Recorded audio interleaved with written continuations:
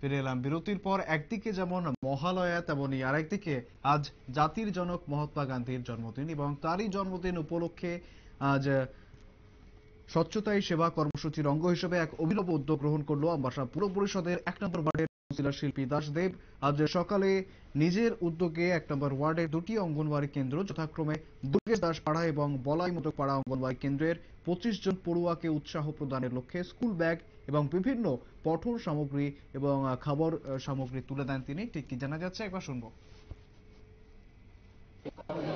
আজকে আমাদের ভারতবর্ষের মহাপুরুষ করমচাঁদ গান্ধীর জন্ম জয়ন্তী উপলক্ষে এবং মহালয়ার পুণ্যতিথি উপলক্ষে আমি এই ওয়ার্ডের কাউন্সিলর দুইটা school, anganwadi centre Durgesh Daspara anganwadi centre ও বলে মধুপাড়া অঙ্গনওয়াড়ি সেন্টারে 25 জন স্টুডেন্টকে শিক্ষা সামগ্রী দান করা হয়।